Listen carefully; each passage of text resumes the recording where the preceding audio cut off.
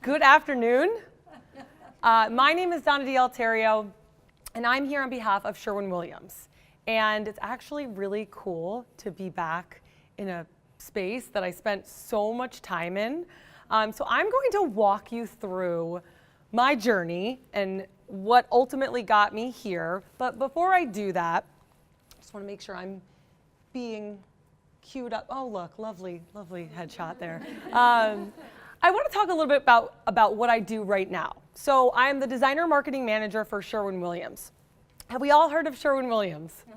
Hopefully, yes. That's great. You probably know Kendall Alio. She is one of our designer account executives. She is a rep on our team. And I wanted to thank you actually for talking about being nice to your sales reps.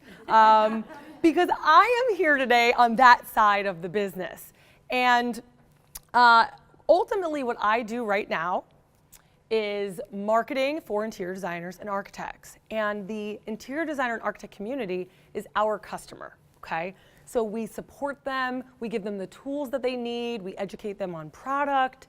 So we're doing a lot for the specifier behind the scenes to make sure that their jobs end up the way they intended. So I manage about 7 different designer account executives, okay?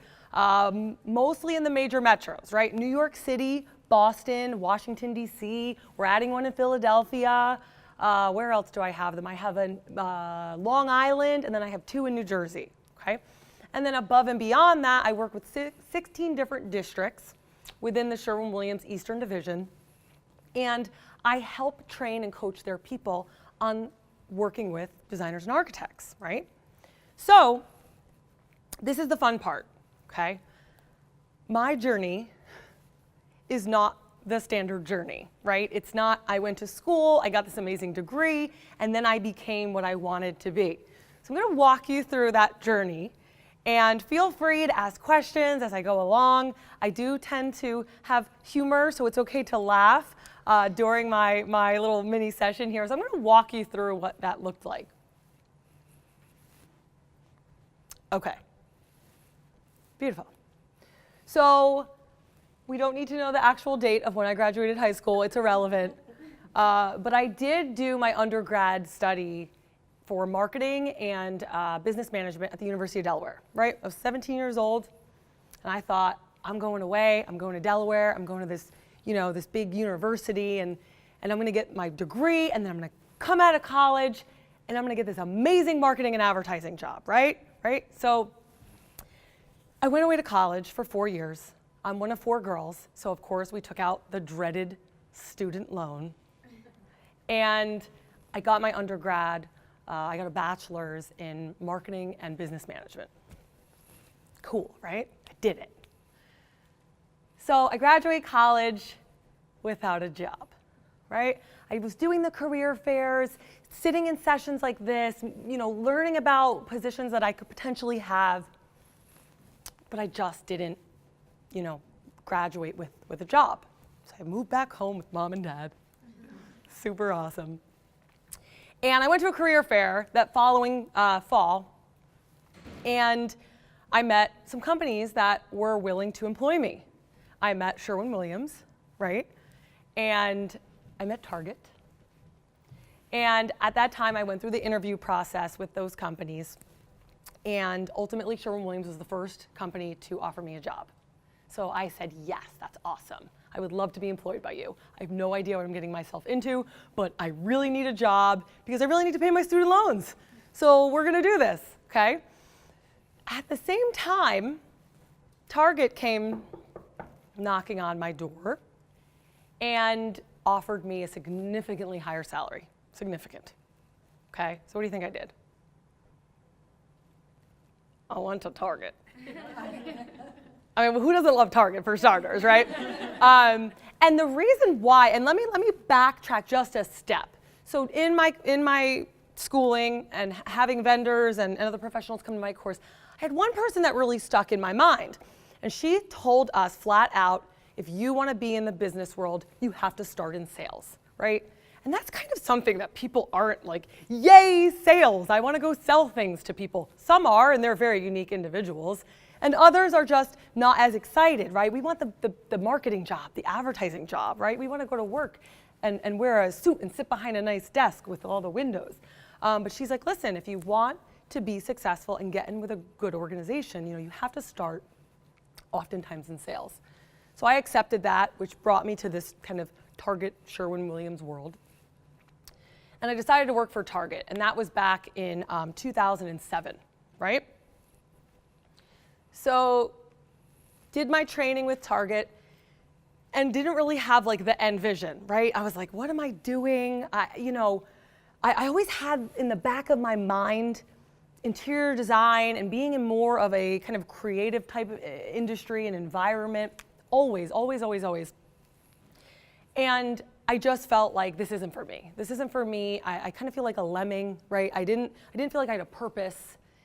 And at that time, the district manager that I declined the job on called me and said, hey, we want you to come on board still. And he would call me every single Friday. Every Friday. Now, I don't know if they were just really, really desperate for people, but whatever he did worked. But he also said something else to me. He said, hey, Donna, I know you had mentioned when we spoke in your interview that you were interested in design. Well, we'll do tuition reimbursement for you if you come on board with us. So now I was like, interesting. So I left Target and I came on board. I took a $14,000 pay cut, right? Because there's an organization that was willing to help me pursue something that I had mentioned that I wanted to, achieve, and I felt like I really mattered. I felt like I mattered in this organization, which, in these large companies sometimes can be really hard. So, left Target. I went to the VP at the time, and he's like, let me get this straight. He's like, you're leaving our company to go sell paint. And I was like, yeah, I am, right? Not knowing anything about paint, quite frankly, and taking a significant pay decrease, I guess you could call it. And what's that? Well, and the tuition reimbursement offset it. You bet. So I started with Sherwin-Williams. I also had to get a waitressing job because got to pay the bills, right? So I got a waitressing job, started with Sherwin-Williams, and I was like, I'm going back to school, right? So I walk in this room. This was the first room I ever walked in at Brookdale. My professor was Joanne Fletcher. I don't know if you, yes, Joanne Fletcher. Yes. And I walked into Intro to Interior Design. Now, typically, do we start in Intro to Interior Design? We don't. Right? I didn't get any counseling because, of course, I knew better. Intro to Interior Design, that's where you start. Sure, sign me up. I walk in. And our first project, we had to do a concept board, okay? I was clueless. I had no idea what I was getting myself into. She's like, I want you to pick a concept, make a concept board, bring it back next week. I'm like, okay, cool. My concept's New York City, right? So I go home and I map out the subway and I cut up dollar bills. I map out like the skyline with some fun rope and I bring it back in and I'm like, yeah, my concept board. Well, before I was about to present, a very intelligent young lady presented her concept board first. It was quite wonderful. And I sat in my chair and thought, what did I get myself into? I have no idea what I'm doing, right? I have dollar bills cut up on a piece of paper. And here she has these beautiful materials and finishes and drawings, all this amazing,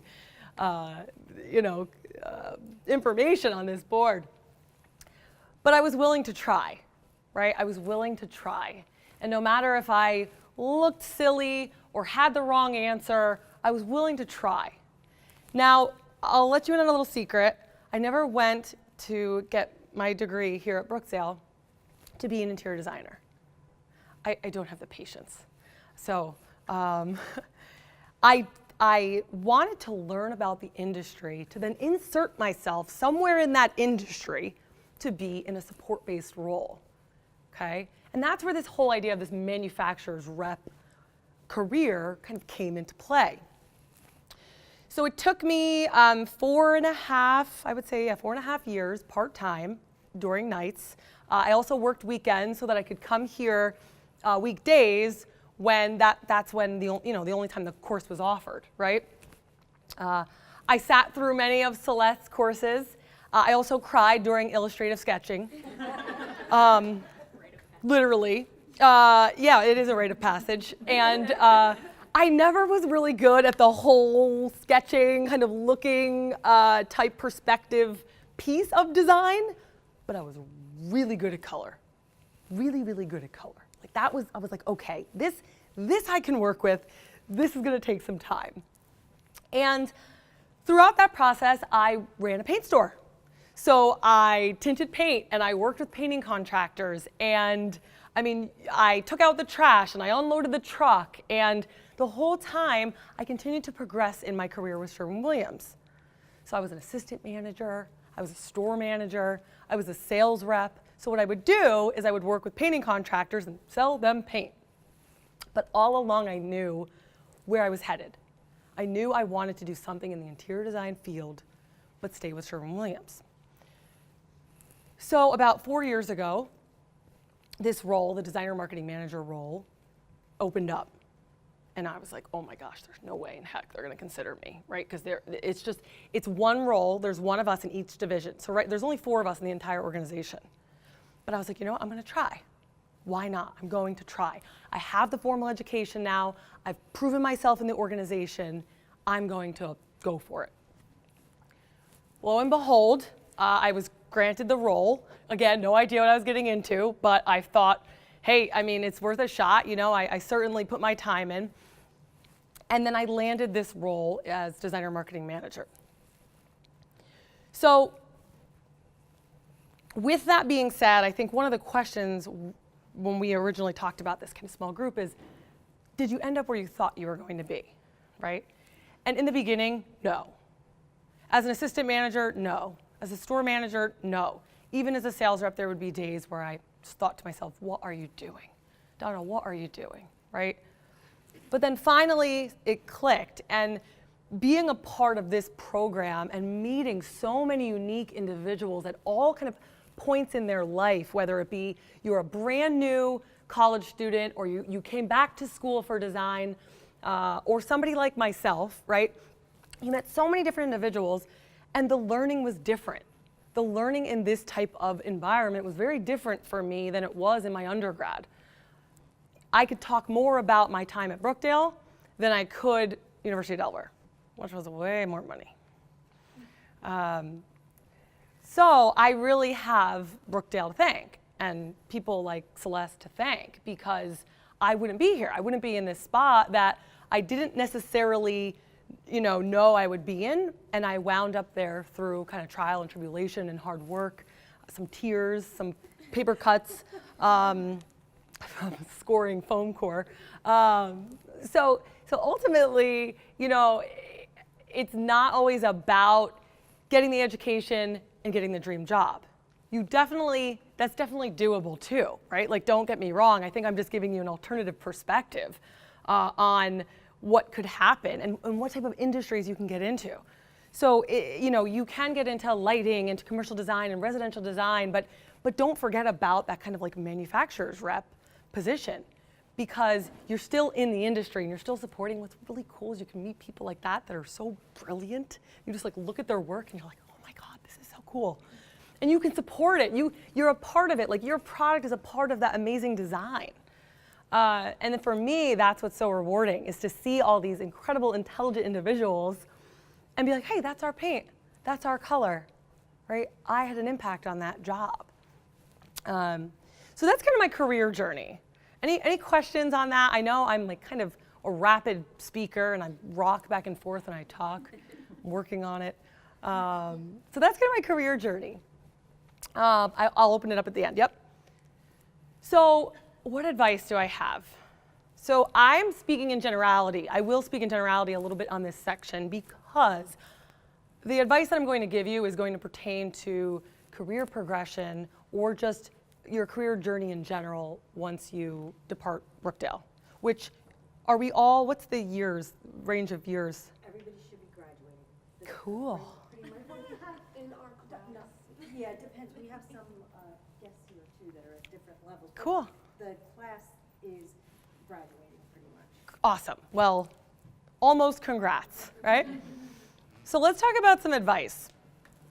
This is something I work with my team all the time. So my team, right, they're reps for interior designers and architects. I get to manage them and tell them they did great and tell them they're not doing great. No, I'm kidding, I never do that. But this is something we talk about all the time. Hold yourself accountable. So I know you're like, I wasn't planning on participating, but I do want to ask you, like, what does that mean to you when somebody says that to you? What does that mean? Somebody says, hey, hold yourself accountable.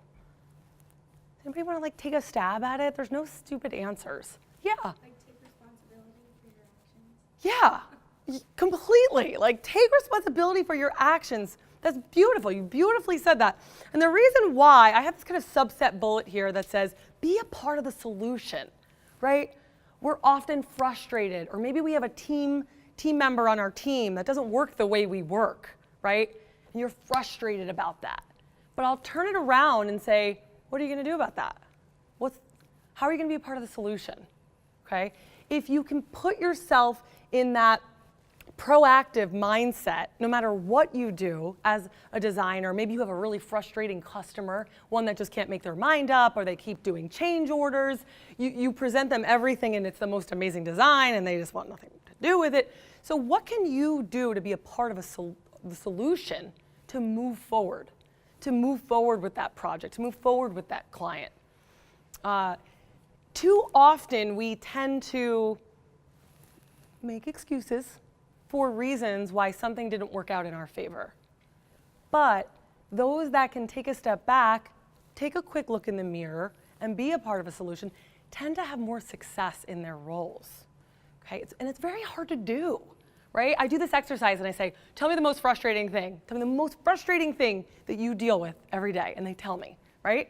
And then I say, okay, tell me how you're contributing to that. And they're like, oh, crap. Because oftentimes we can have an impact on the things that are very challenging or frustrating to us. Sometimes we just don't realize it until we ask ourselves the second question. The other advice here I have is leverage your strengths, right? I knew I was really good at color. I knew that's what made me happy, and I knew that's where I had the passion, right? So leverage what you're good at. Some of you will be good at everything. That's awesome.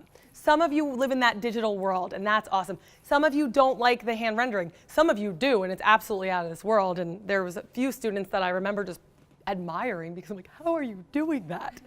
But leverage your strengths, right? Know what makes you you. Know what makes you, unique. Leverage that. But in the same regard, always be open to feedback. Nobody likes to hear that maybe their project could have had a couple tweaks or their design concept could have been a little stronger. Nobody really likes, because we take it personally, right? We really take it personally, and we think that whatever that feedback is has to do with us. But oftentimes it doesn't.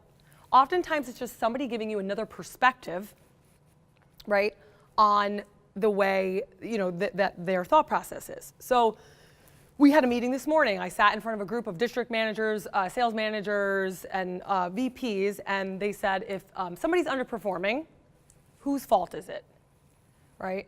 And of course, you had a bunch of managers in the room, so like, the managers.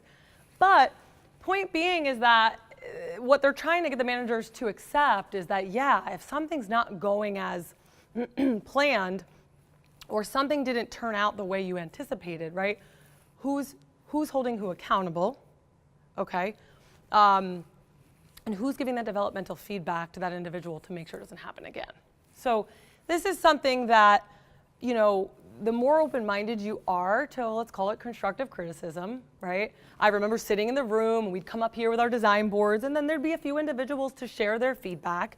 And some people would be like, oh gosh, thanks, like I never thought of that. And other people, right, would get a little emotional about the feedback from a peer. But I will tell you this, it is that feedback that makes you better, that makes your designs stronger, right? You don't have to like them. You don't have to be best friends, but it's that type of that two-way street kind of communication with developmental feedback that'll make you a stronger professional. After this morning, I gave a presentation and I said, hey, what went really well? What can I work on? so that the next time I go up there, I'm a little better, right? That's when they're like, stop rocking back and forth. Are you like double dutching? What are you doing? I'm actually like very stationary right now, so it's a little uncomfortable for me. And this was just brought up in the prior session. Be early, not on time, be early, and dress the part. I don't care what anybody says. I don't care. First impressions, they matter. They matter. And not only that, I had a professor who took, wait a second, was it Celeste? Did you take points off because somebody wasn't wearing a blazer? No, maybe it wasn't Celeste. She's like, I'm getting red. No, I don't think it was Celeste. She's too kind. I had a professor, it was actually in Delaware. She took points off my score. And I said, well, what'd you do that for? She's like, you weren't wearing a blazer. And we were doing a mock interview. She's like, you weren't wearing a blazer. You weren't dressed professionally. And I was like, that stinks. I'll wear a blazer next time, right? So to your point, how are you going to sell your design? How are you going to sell yourself if, quite frankly, you look like you didn't put any time or effort into it, okay? Sometimes I travel a lot and I show up like looking a little disheveled. But when you're meeting somebody for the first time and you're going into an interview, even at a career fair, people remember those things, okay? People remember those that were very polished and took time and thought about, what they were going to wear that day and the way they were going to present their information. My computer, there we go, okay. So that does matter. It really, really does. And it doesn't matter about the cost of the goods. It matters about the thought process, right? We're not saying go out and buy like designer clothes and all this stuff. You just graduated. We get it. We're not saying that. But just take some thought and consideration. Things are pressed and clean, unwrinkled, no rips, no tears, stuff like that, which is important, right? Not too tight, not too see-through, not too low. That's really what we're looking for. So when interviewing, has anybody gone on interviews yet? A couple of you? How'd they go? Good, okay. I'm giving you my faith here, and I'll give you some good wishes for the opportunity. When interviewing, do your homework. Do your homework, do your homework, do your homework. In the sales world, we call this pre-call planning, right? What did you do before the call? And it's your homework. If you go interview and somebody says, why are you here? Or tell me what you think you're going to be doing, and you don't know the answer, probably not going to get that opportunity, okay? Know the company, know the job you're applying for, and the last part's really, really important. Know the job you might want after. You might not know what the title is or how much it pays or where it falls in the organizational structure, but have an idea, right? Have an idea of potentially a secondary job within that company that you may want to do. Maybe it's intern to designer to senior interior designer to the, principal of the firm. I don't know. But have an idea because it shows that you're forward thinking, and it also shows that person that you're willing to grow within their company, within their organization, and that you're driven. So I often interview for designer account executive roles, and I've yet to hire externally. I've never hired anybody from outside of Sherwin-Williams because the people that I do interview know the organization. They've put in their hours, they put in the work, and it's a much more seamless transaction. So sometimes we start in this weird type of position that's not the position we want to be in at all, like me, but then we grow within that organization and ultimately end up where we want to be. So the last piece of advice I have is work hard. Has anybody seen Jay Shetty videos? I will play one. I'll play one at the end here for you because I just think it's phenomenal. But and I don't want to give it away. Accept failure, continue to try, right? It's those people that get knocked down, that stand back up, that are the most successful, right? It's okay sometimes to fail. It's okay sometimes to say the wrong thing, or maybe the design, could have been communicated in a different way for the client to say, yes, I'm hiring you, right? So it's okay sometimes to not be the best, but it's not okay to give up and stop trying. So for me, I've fallen on my face more often than not. Within my organization, I was declined for 3 jobs that I applied for, 3 jobs that I eventually got. It's just I wasn't prepared and I wasn't the most qualified at the time. And I could have, stomped my feet and cried and said, I'm the best, why didn't you do that? But I didn't. I said, okay, what do I need to do next time to get that job, right? Developmental feedback. So again, I'm kind of giving you a general perspective on this kind of career journey because I do have a very non-unique path, or I have a very unique path. It's kind of an oxymoron. Because I didn't go to practice. And it's okay to want to do both. It's okay to try things and see what works for you and see what ultimately kind of fulfills that passion within you. And there's so much you can do. There's so much you can do with this degree. So don't feel like you're kind of down this one lane highway without any detours. So before I show the video, I know I talk really fast and rapidly, and I've had about 8 coffees today. Me talking again. I just want to thank you, first of all, for coming. Second of all, for mentioning that it's okay to have a non-linear path, and that closed doors don't mean disaster. It means that maybe something better is down the road, or that the universe is telling you that maybe it's not the right time, but doesn't mean it's not going to be the right time ever. So I think that's really a valuable message to move forward with. So thank you. Of course. And so my question is, can you describe a little bit more about what you currently do with Sherwin Williams, and then, onward and upward, right? Like, where do you think you're going to be in 5 years, 10 years? Where do you see yourself with the organization down the road? Great questions, great points. So currently my role is to help develop and continue to improve upon the resources that we offer to an interior designer architect, like your color samples, like CEUs, product education, what type of actual physical marketing material are we compiling to then put into the hands of a designer to compel them to use Sherwin Williams. Not only that, but I manage a team. So I'm a manager. So I manage reps to wake up every day and go to work and meet with interior designers and architects. Now, I focus primarily on residential. My counterpart focuses on commercial. So we segment ourselves because we very much so understand there is a distinct difference there. And the products that you would use on a commercial job are very different than residential. So between managing the team, developing the resources and tools and color kits and events, we hold designer events. And then on top of that, I'll train districts. So I'll train part-timers, full-timers, assistant managers, store managers, sales reps, district leadership, and I teach them about all the amazing things that we have to offer to the trade so that when they interact with them, they can speak to it. So I'm like a trainer, manager, developer.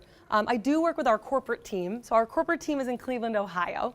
So to answer the question of what's next, non-realistically Cleveland, realistically something within our Eastern Division marketing department.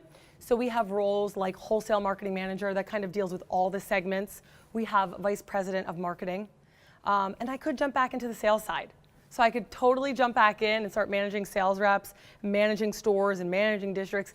Now again, I don't necessarily know if that's for me, but if I were to start a family. So when those variables start popping in, like if I were to, I travel often. So if I were to have a family, does travel work? So then I maybe shift over to the sales side of the organization until I can get my family going, and then maybe jump back into marketing. So that's really my 2 avenues. We do have a team in Cleveland called Color Marketing and Design.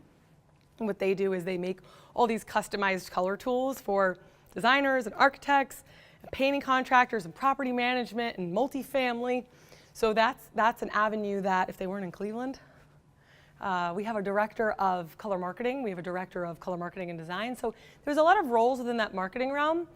But they're very niche, right? Like there's one of them, and that's okay though, because if that's what I wanted to do, that's what I would go after. So did that answer your question? Yes. Cool. Yes, thank you. Cool. Yeah. What else?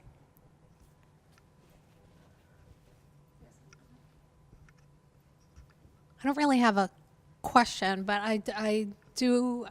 I've been through your presentations before, and I actually work with Doug Yeah, Dirk. Yeah, love Doug. So I just wanted to mention that you do probably David Hall. You know Yes. him as well from Sherwin-Williams, and David used to come here regularly, and so I learned. He started off, and I believe, at a role similar to yours. I think he was a sales rep and then moved up, and he's kind of a upper echelon now of Sherwin-Williams. But I met him here at Brookdale, and he brought us resources and helped us, me as a student, and I forged that relationship with him when I was at Design 446. And he also served as a reference for me. When it came to job, bringing references for as jobs are concerned. So I just wanted to mention that. And also that Sherwin-Williams doesn't just do paint. I believe your counterpart on the commercial side is Doug. So Doug is Doug an is a sales- architectural account executive. Okay. So his boss, who Got it. manages all the architectural account executives, is Mark Agopi. Oh, well, he just got promoted. Is yes, my counterpart. Okay. Yes. So Doug works with, he comes into my office regularly. And as far as that Brook Avenue project, they don't just do paints. We're doing an epoxy flooring in the supermarket. And Doug is helping with that. And I believe somebody asked the question of, how do you figure out what the right flooring is? Doug is perfect for that. He brought the product to me and he said, how about this? And it had some sort of a metallic sheen. And I'm like, I love it.